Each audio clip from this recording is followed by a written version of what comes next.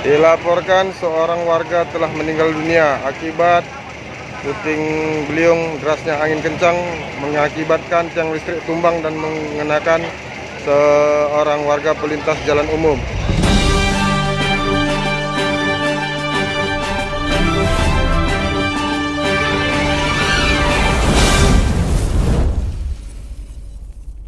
Hujan deras disertai angin kencang dan petir yang terjadi Minggu siang, tanggal 20 Februari tahun 2022. Mengakibatkan seorang pengendara motor meninggal dunia tertimpa tiang listrik.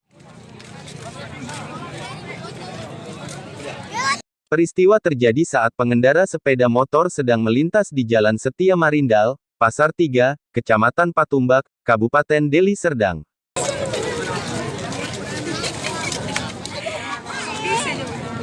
Saat ini pasukan damkar Deli Serdang, khususnya Pos Deli Tua sedang berada di TKP untuk melakukan proses evakuasi korban meninggal tertimpa tiang listrik.